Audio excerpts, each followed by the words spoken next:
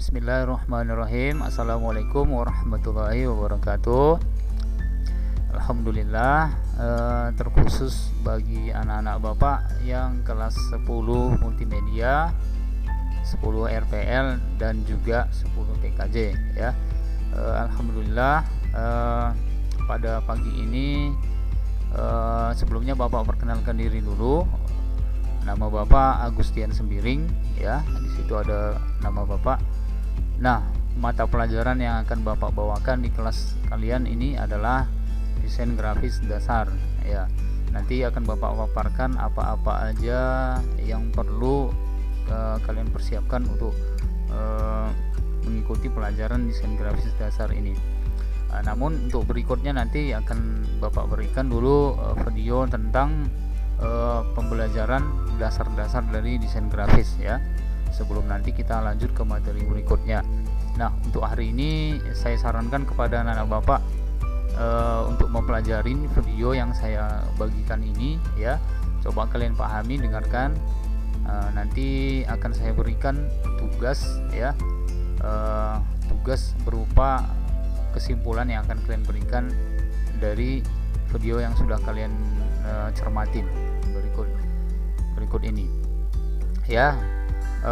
Adapun harapan Bapak ke depan ya, agar kalian tetap menjaga ya kesehatan, tetap patuhi aturan protokol yang sudah diberikan pemerintah mengenai pandemi COVID-19 ini. Semoga saja kalian masih bisa semangat belajar ya. Harapan Bapak kita bisa belajar di sekolah lagi, kembali bertatap muka seperti biasa ya. Nah, untuk itu mari kita saksikan video berikut ini tentang bagaimana proses pengenalan dasar ya, dasar desain grafis. Pada kesempatan ini kita akan belajar mengenai dasar desain grafis yang juga merupakan mata pelajaran kelompok C2 untuk siswa SMK kompetensi keahlian multimedia, teknik komputer dan jaringan, serta rekayasa perangkat lunak. Nantinya akan ada video lainnya yang disajikan sesuai dengan KIKD, mata pelajaran dasar desain grafis. Langsung saja, sebelum kita belajar lebih jauh tentang desain grafis, ada baiknya kita mengenal terlebih dahulu apa sebenarnya definisi dari desain grafis. Desain grafis terdiri dari dua kata, yakni desain dan juga grafis, yang mana keduanya memiliki arti yang berbeda. Yang pertama, kita bahas mengenai desain. Desain berasal dari bahasa Inggris, yakni design, yang artinya adalah rancangan, rencana, atau reka rupa. Sebagai kata kerja, desain berarti proses untuk membuat dan menciptakan objek baru. Sedangkan sebagai kata benda, desain digunakan untuk menyebut hasil akhir dari sebuah proses kreatif, baik itu berwujud sebuah rencana, proposal, ataupun berbentuk objek nyata. Berikutnya adalah grafis. Grafis adalah segala cara pengungkapan dan perwujudan dalam bentuk huruf, tanda, dan gambar yang diperbanyak melalui proses percetakan guna disampaikan kepada khalayak. Contohnya grafis yakni foto, grafik, diagram, tipografi, simbol, desain geometris, peta, gambar teknik, dan lain sebagainya. Grafis biasanya disajikan dalam bentuk kombinasi teks, ilustrasi, dan warna.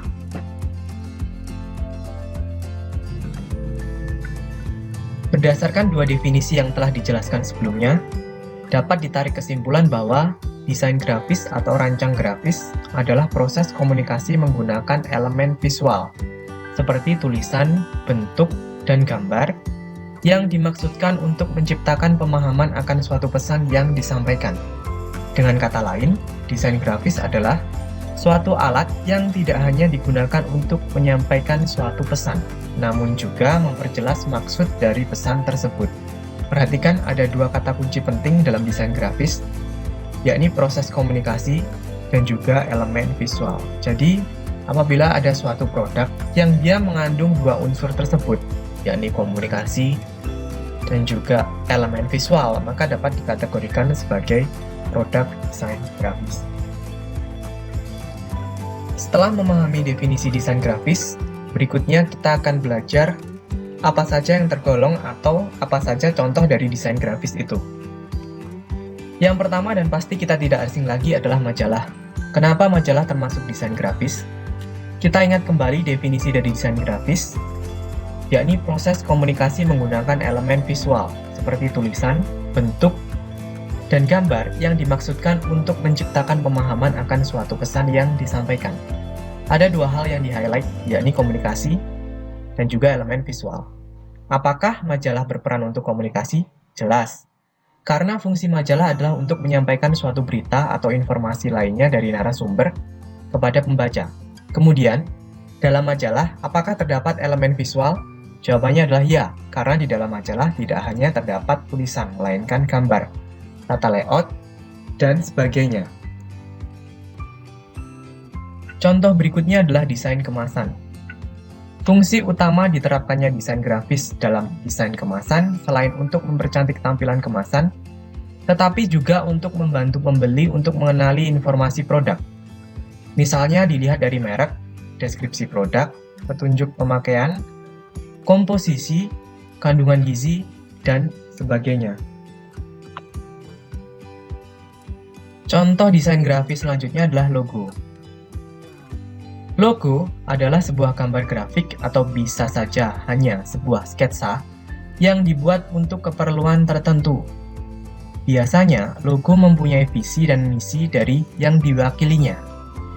Bisa itu sebuah perusahaan, sebuah organisasi, sebuah produk, atau bahkan sebuah negara. Logo dibuat untuk menyampaikan gambaran singkat dari yang diwakilinya agar mudah dapat dipahami dan diingat oleh audien atau masyarakat umum. Setelah logo ada poster. Poster merupakan salah satu media publikasi yang terdiri dari tulisan, gambar, ataupun kombinasi antar keduanya. Tujuannya untuk menyampaikan informasi. Poster biasanya ditempel di tempat-tempat umum yang dinilai strategis. Lalu ada brosur. Brosur ialah sebuah alat untuk mempromosikan barang atau jasa yang terbuat dari sebuah kertas, yang di dalamnya memiliki sejumlah informasi tentang jasa ataupun produk tersebut. Cara penyampaiannya biasanya dibagikan secara gratis. Ada 3 jenis brosur. Yang pertama adalah brosur tanpa lipatan, biasa dikenal dengan nama flyer, di mana brosur ini tidak memiliki lipatan. Ukurannya biasanya A5, A4, dan juga DL. Selanjutnya, ada brosur 2 lipatan, biasa disebut dengan bifold. Brosur 2 lipatan umumnya menggunakan kertas A4 dengan ukuran 21 cm x 29,7 cm. Kertas akan dilipat 2, dengan begitu ada 4 halaman depan dan juga belakang. Yang ketiga adalah trifold atau brosur 3 lipatan. Kertas yang dipakai untuk membuat brosur 3 lipatan biasanya juga A4, yakni 21 cm x 29,7 cm. Kertas akan dilipat menjadi 3 bagian sehingga brosur akan memiliki 6 halaman depan dan juga belakang. Selanjutnya ada pamflet. Pamflet adalah suatu selebaran berbahan kertas yang bertujuan memberikan informasi yang terperinci kepada para pembacanya. Dan biasanya, topiknya terfokus pada satu hal, misalnya buku petunjuk, informasi jadwal kegiatan, dan lain sebagainya yang umumnya isinya lebih ringkas dan padat dibandingkan dengan brosur. Pamflet umumnya memiliki satu topik dengan informasi langsung yang bertujuan untuk membuat pembaca memahami topik dengan mudah. Itulah sebabnya mengapa pamflet biasanya digunakan untuk memberi informasi dan tidak untuk melakukan penjualan langsung, yang merupakan fungsi dari brosur. Isi pamflet lebih singkat daripada brosur. Contoh desain grafis selanjutnya adalah banner. Banner adalah suatu media promosi yang dicetak dengan print digital yang biasanya dilengkapi simbol, logo, slogan, atau pesan lainnya. Banner sendiri lebih banyak digunakan untuk kebutuhan indoor, seperti pada sebuah event di dalam mall, di perkantoran, dan lain sebagainya. Banner memiliki standar ukuran tertentu. Yang pertama, 60 x 160 cm, 80 x 180 cm, dan 80 x 200 cm. Terdapat 3 jenis banner. Jenis yang pertama adalah X-banner. Dinamai X-banner karena konstruksi tiang penyangganya berbentuk huruf X. Yang kedua adalah Y-banner. Jika konstruksi penyangga X-banner berbentuk X, penyangga Y-banner berbentuk Y. Jenis ketiga adalah roll-up banner. Roll-up banner berbentuk seperti gulungan. Cara pemasangannya adalah dengan menarik banner ke atas dan dipasang pada tiang penyangga. Roll-up banner bentuknya ringkas, sehingga praktis untuk disimpan dan dibawa kemana-mana. Selanjutnya ada spanduk. Fungsi spanduk hampir sama seperti banner. Kalau banner biasanya dipakai di indoor, spanduk biasanya dipasang di outdoor, membentang jalan raya sebagai media informasi dan promosi suatu produk atau event.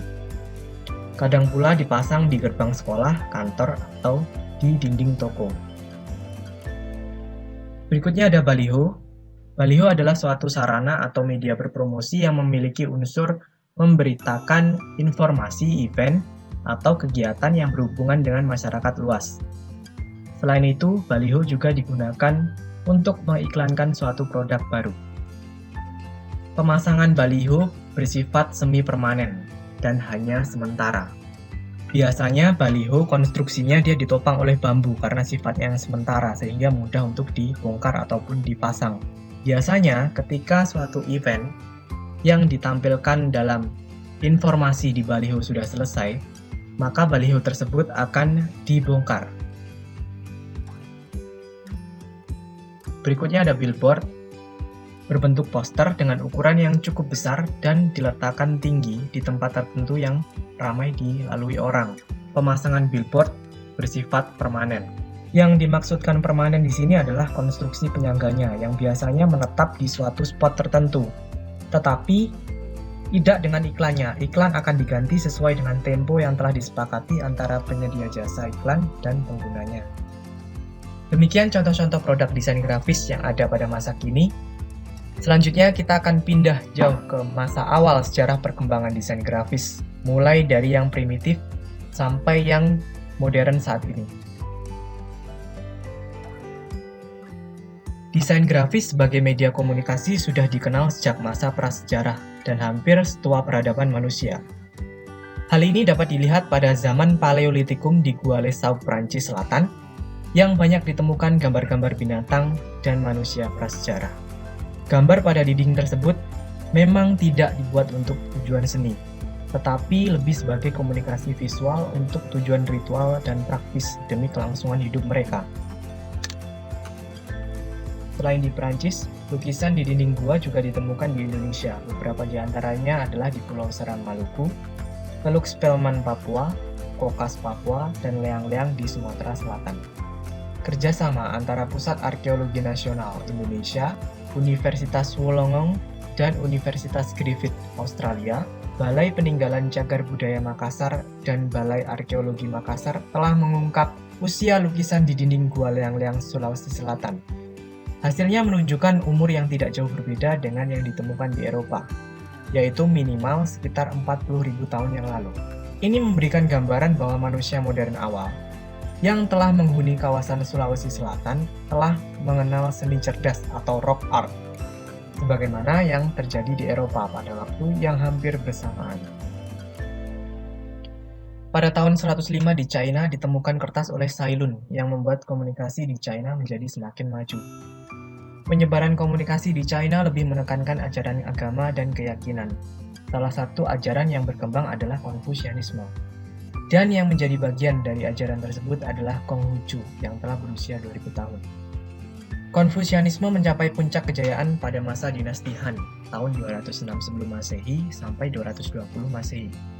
Hal itu dapat dilihat dari beberapa peninggalan kitab seperti kitab Sijing yang berisi kumpulan lagu, Sucing yang berisi dokumen-dokumen, I Ching atau buku ahli ramalan, Junqiu yang berisi peristiwa penting, dan Iling yang berisi tentang upacara-upacara. Bangsa Mesir termasuk salah satu masyarakat yang pertama kali menciptakan media bentuk tulisan menggunakan gambar-gambar yang lebih dikenal sebagai huruf hieroglif. Mereka menggunakan gambar-gambar tersebut untuk menceritakan peristiwa besar yang terjadi pada zaman mereka. Berikutnya adalah sejarah perkembangan desain grafis pada zaman sejarah. Kalau zaman prasejarah adalah zaman di mana manusia belum mengenal tulisan. Di zaman sejarah ini manusia sudah mengenal tulisan. Bangsa Yunani dan Romawi mengembangkan sistem komunikasi yang disebut tulisan dalam bentuk bulungan.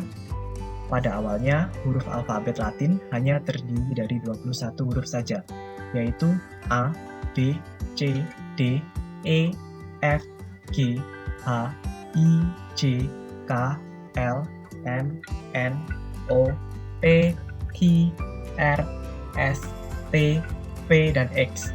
Kemudian, huruf Y dan Z ditambahkan dalam alfabet untuk mengakomodasikan kata yang berasal dari Yunani. 3 huruf tambahan yaitu J, U, dan W dimasukkan pada abad pertengahan, sehingga jumlah keseluruhannya menjadi 26 huruf. Permasalahannya, untuk bahasa tulis, biasanya hanya dimengerti oleh kaum terpelajar saja pada waktu itu, sehingga gambar-gambar masih menjadi perwujudan komunikasi guna menyampaikan pesan.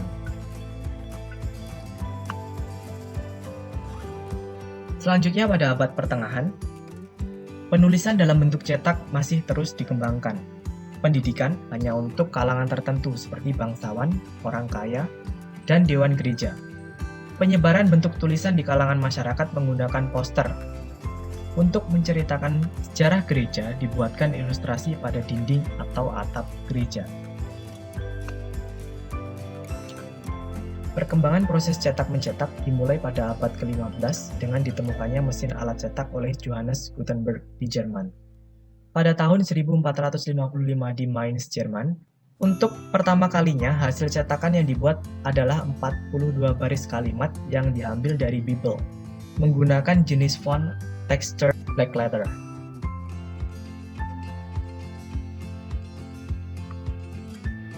Revolusi industri adalah suatu periode sejarah yang pertama kali terjadi di Inggris pada akhir abad ke-18 hingga awal abad ke-19 ketika terjadi perubahan besar di bidang teknologi, sosioekonomi, dan budaya dengan penggantian industri yang berdasarkan pekerja menjadi industri yang berdasarkan mesin. Pada abad 19 di Eropa, ditemukan suatu teknik mencetak gambar berwarna yang dinamakan kromolitografi. Kebanyakan perusahaan-perusahaan di Jerman mencetak lukisan-lukisan dengan teknik ini untuk dipasarkan atau sebagai kartu pos pada abad tersebut. Teknik kromolitografi merupakan teknik pencetakan secara kimiawi dengan menggunakan objek asli pada suatu plat batu dengan teknik dan cairan tertentu, lalu kemudian batu tersebut dipres pada suatu kertas.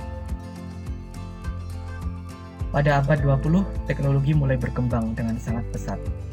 Sejumlah tonggak sejarah desain grafis juga mulai lahir pada masa ini. Pada tahun 1903, berdirilah suatu agensi desain grafis pertama di Wiener, Austria, yang diberi nama The Wiener Werkstätte. Agensi ini menyediakan jasa menggambar, arsitektur, dan juga desain grafis. Pada tahun 1922, istilah graphic design mulai diperkenalkan oleh William Addison Huygens dalam artikelnya yang berjudul New Kind of Printing Calls for New Design. Artikel ini diterbitkan di Boston Evening Transcript pada tanggal 29 Agustus 1922. Adobe Photoshop mulai dirilis pada tahun 1990 yang menandai era desain grafis digital hingga saat ini. Nah, itu dia pemaparan video yang sudah kita cermati bersama-sama tadi ya. Jadi harapan Bapak untuk yang pertama ini materinya cukup sekian dulu ya, pengenalan desain grafis dasar, dan selanjutnya coba kalian kerjakan tugas-tugas yang sudah Bapak berikan di link tugasnya nanti ya. Dan harapan Bapak kedepannya kalian tetap semangat belajar ya. Mungkin videonya sampai di sini dulu. Tetap patuhi protokol kesehatan, tetap semangat belajar. Sampai ketemu di materi berikutnya. Assalamualaikum warahmatullahi wabarakatuh.